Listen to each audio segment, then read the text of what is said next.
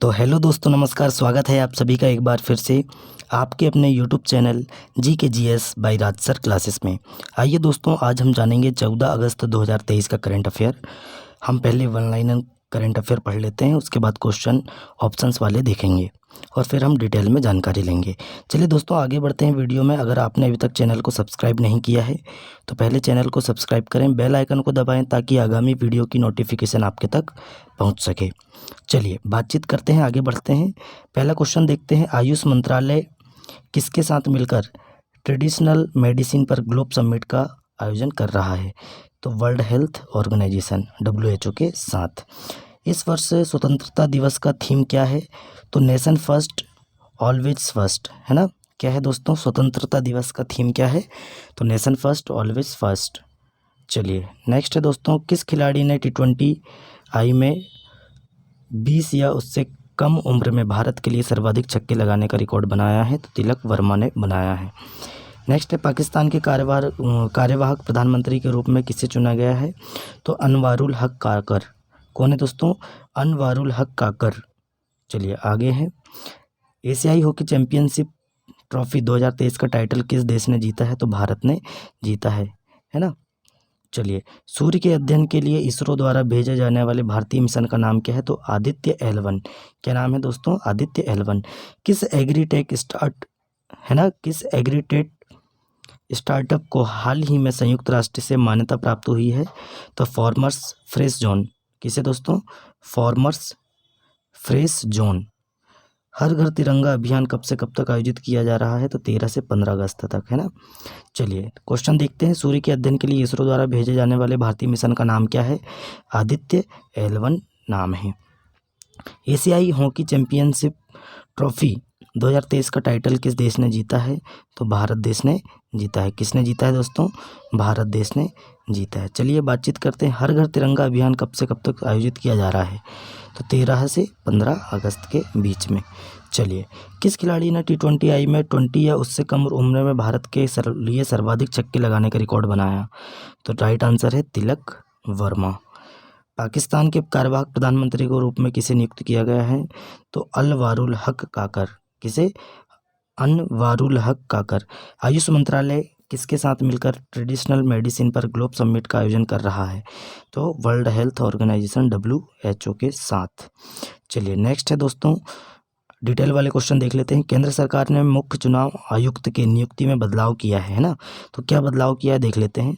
मुख्य चुनाव आयुक्त और अन्य चुनाव आयुक्त सेवा की नियुक्ति शर्तें और कार्यकाल विधेयक राज्यसभा में पेश किया जाएगा। यह विधेयक केवल नौकरशाही में फेरबदल नहीं है, यह 1991 के चुनाव आयोग अधिनियम की जगह चुनाव सुधार की एक व्यापक दृष्टि का प्रतिनिधित्व करता है।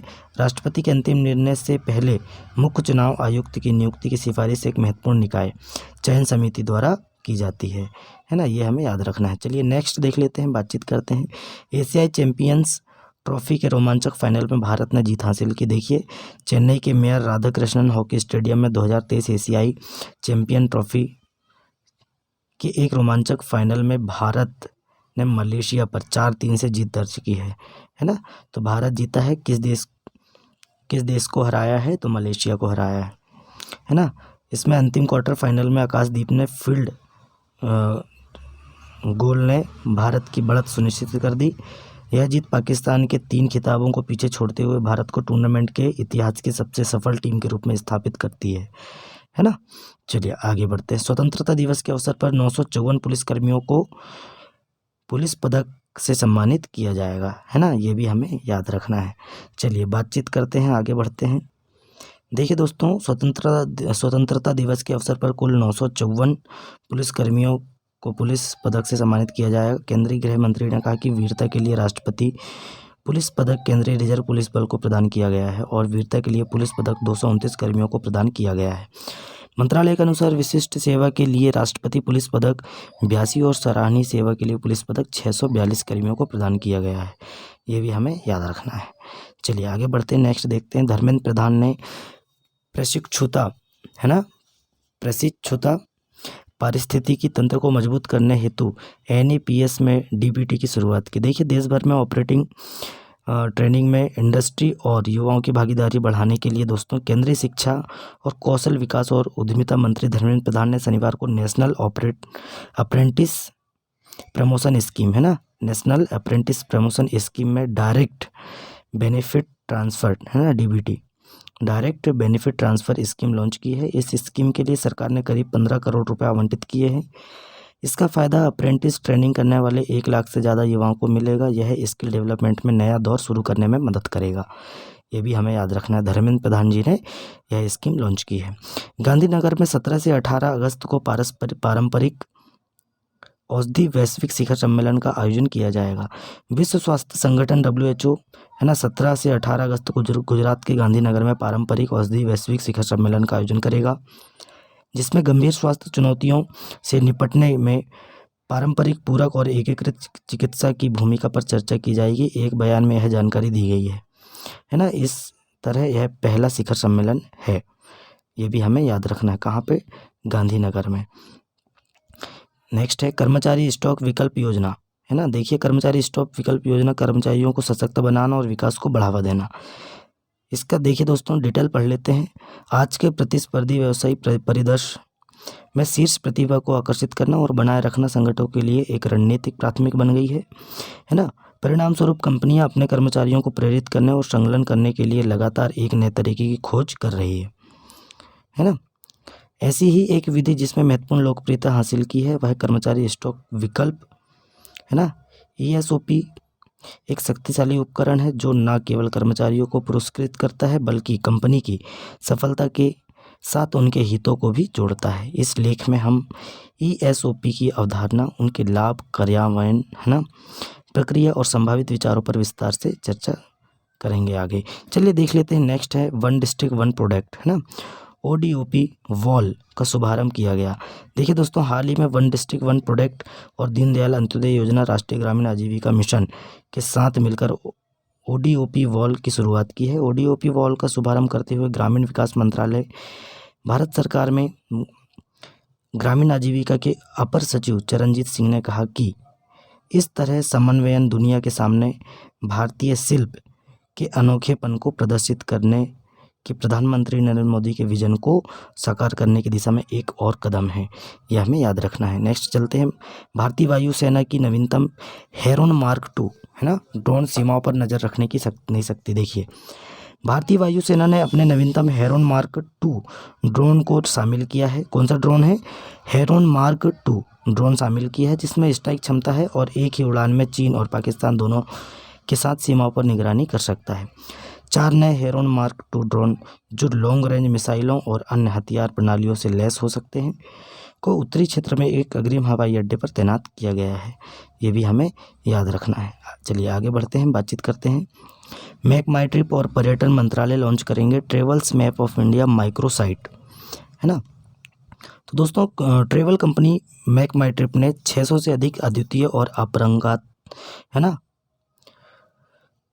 यात्रा स्थलों को पेश करने के लिए पर्यटन मंत्रालय के साथ सहयोग की घोषणा की। कंपनी ने इस पहल को सुविधाजनक बनाने के लिए ट्रेवल्स मैप ऑफ इंडिया नामक एक विशेष माइक्रो साइट पेश की है। कौन सी साइट है? Travel map of India. ये भी हमें याद रखना है। चलिए, इसमें देखिए दोस्तों क्या है, यह डिजिटल प्लेटफॉर्म यात्रियों को उनकी प्राथमिकताओं के अनुरूप भारत के भीतर छिपे हुए पर्यटन खजाने का पता लगाने में सक्षम बनाता है। सावधानी पूर्वक तैयार की गई इस माइक्रोसाइट का निर्माण भारत सरकार के अग्रगामी देखो अपना देश कार्यक्रम के साथ सहज रूप से संरेखित है। यह हमें याद रखना है। चलिए आगे बढ़ते हैं, नेक्स्ट बातचीत करते हैं। प्रधानमंत्री भारतीय जन औषधि केंद्र रेलवे स्टेशनों पर खुलेगा स्वास्थ्य सुरक्षा का नया द्वार। देखिए दोस्तों, हाल ही में रेलवे मंत्रालय एक महत्वपूर्ण पहल का आयोजन कर रहा है, जिसका उद्देश्य पूरे भारत में रेलवे स्थानों पर प्रधानमंत्री भारतीय जन औषधि केंद्र स्थापित करना है। इस पहल का मुख्य उद्देश्य जनता को उच्च गुणवत्ता वाली दवाइयों की उपलब्धता सुनिश्चित करना है, जो आम लोगों के लिए सस्ते मूल्य पर उपलब्ध हो, है ना। आगे बढ़ते हैं।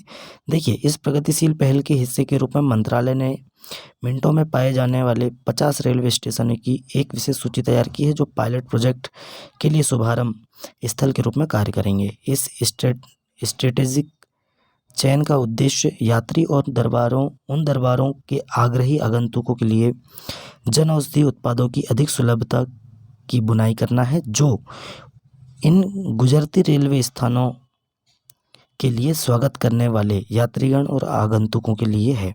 यह हमें याद रखना है। चलिए आगे बढ़ते हैं। एनसीईआरटी ने भारत में पाठ्य पुस्तक संशोधन हेतु 19 सदस्यीय पैनल का गठन किया।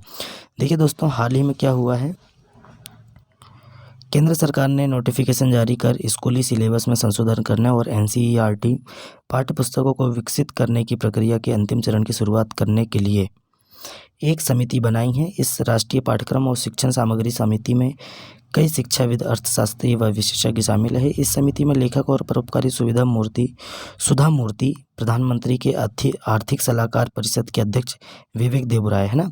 आर्थिक सलाहकार कौन है प्रधानमंत्री जी के? तो विवेक देवराय हैं। EACPM के सदस्य संजीव सान्याल है ना। RSS विचारक चामू कृष्ण शास्त्री और गायक शंकर महादेवन शामिल हैं। चलिए आगे बढ़ते हैं।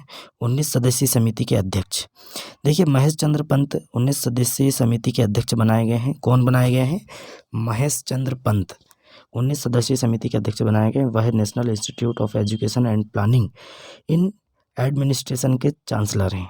यह हमें याद रखना है। चलिए आगे बढ़ते हैं, बातचीत करते हैं। कच्चा तीवु द्वीप समुद्री सीमा समझौता और इतिहास इसका देख लेते हैं।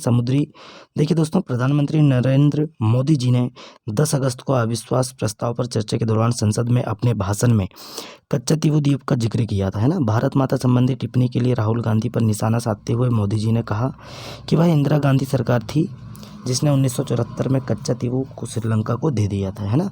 यह हमें याद रखना है। वर्तमान में किसका द्वीप है आप देख सकते हैं, ये है कच्चा तीवु द्वीप। फोटो में भी आप देख सकते हैं, ये भारत का मैप है ना, और ये कच्चा तीवु द्वीप है। चलिए आगे बढ़ते हैं, बातचीत करते हैं। अमित शाह ने NCRB के NAFIS टीम को गोल्ड अवार्ड जीतने के लिए दी बधाई। देखिए दोस्तों, केंद्रीय गृह मंत्री अमित शाह ने राष्ट्रीय अपराध रिकॉर्ड ब्यूरो है ना, national automated fingerprint identification system है ना की टीम को डिजिटल ट्रांसफॉर्मेशन श्रेणी 1 के लिए सरकारी प्रक्रिया री इंजीनियरिंग में उत्कृष्टता में गोल्ड अवार्ड हासिल करने के लिए बधाई दी है ना। देखिए, प्रशासनिक सुधार और लोक शिकायत विभाग द्वारा प्रदान किया गया सम्मान कुशल शासन के एक नए मानक को प्राप्त करने में NAFIS टीम के असाधारण प्रयासों का प्रमाण है। गोल्ड अवार्ड NAFIS को एक अभेद फिंगरप्रिंट पहचान प्रणाली तैयार करने की प्रतिबद्धता के लिए मान्यता देता है, जो एक सुरक्षित भारत के लिए प्रधानमंत्री नरेंद्र मोदी के दृष्टिकोण के साथ संरेखित है। चलिए आगे बढ़ते हैं, बातचीत करते हैं। नेक्स्ट है हमारा, देखिए दोस्तों, वर्ल्ड ऑर्गन डोनेशन डे है ना। देखिए, हर साल 13 अगस्त को दोस्तों विश्व अंगदान दिवस मनाया जाता है। यह वैश्विक कार्यक्रम है जिसका मकसद लोगों को अंगदान के महत्व को समझाना है। इसके अलावा यह दिन अंगदान की आवश्यकताओं के बारे में जागरूक करना है ना, जागरूकता बढ़ाने के लिए सेलिब्रेट किया जाता है। इस दिन लोगों को अंगदान करने की प्रक्रिया के बारे में शिक्षित किया जाता है। देखिए, इसकी थीम क्या है? तो थीम है दोस्तों, स्वयं सेवक की ओर कदम बढ़ाएं, कमी को पूरा करने के लिए अधिक अंगदाताओं की आवश्यकता है। ये इसकी क्या है? थीम है। चलिए आगे बढ़ते हैं। नेक्स्ट है हमारा और आज का लास्ट क्वेश्चन है, NPCI ने UPI अपनाने और सुरक्षा जागरूकता बढ़ाने हेतु UPI चलेगा 3.0 अभियान शुरू किया है। क्या UPI चलेगा 3.0 अभियान शुरू किया है? देखिए दोस्तों, national payment corporation of India ने अपने UPI सुरक्षा जागरूकता अभियान का तीसरा संस्करण UPI चलेगा पेश किया है। भुगतान पारिस्थितिकी तंत्र में प्रमुख हितधारकों के साथ सहयोग करते हुए अभियान का उद्देश्य लेनदेन के लिए एकीकृत भुगतान इंटरफेस का उपयोग करने की आसानी, सुरक्षा और तेजी पर जोर देना है ना। आगे चलते हैं। यह पहल दोस्तों उपयोगकर्ताओं को सुविधा और सुरक्षा बढ़ाने वाली कई आवश्यक UPI सुविधाओं के बारे में शिक्षित करने का प्रयास करती है। तो दोस्तों, आज का हमारा करंट अफेयर यहीं समाप्त होता है। तो देखिए दोस्तों, NPCI है ना ने दोस्तों UPI चलेगा 3.0 अभियान शुरू किया है, ये हमें याद रखना है। चलिए, आज का वीडियो कैसा लगा कमेंट करके बताएं। अपने दोस्तों में ज़्यादा से ज़्यादा शेयर करें, वीडियो को लाइक करें और चैनल को सब्सक्राइब करें। चलिए दोस्तों, मिलते हैं नेक्स्ट वीडियो में। तब तक के लिए जय हिंद, जय भारत और सभी को स्वतंत्रता दिवस की हार्दिक शुभकामनाएं। जय हिंद, जय भारत।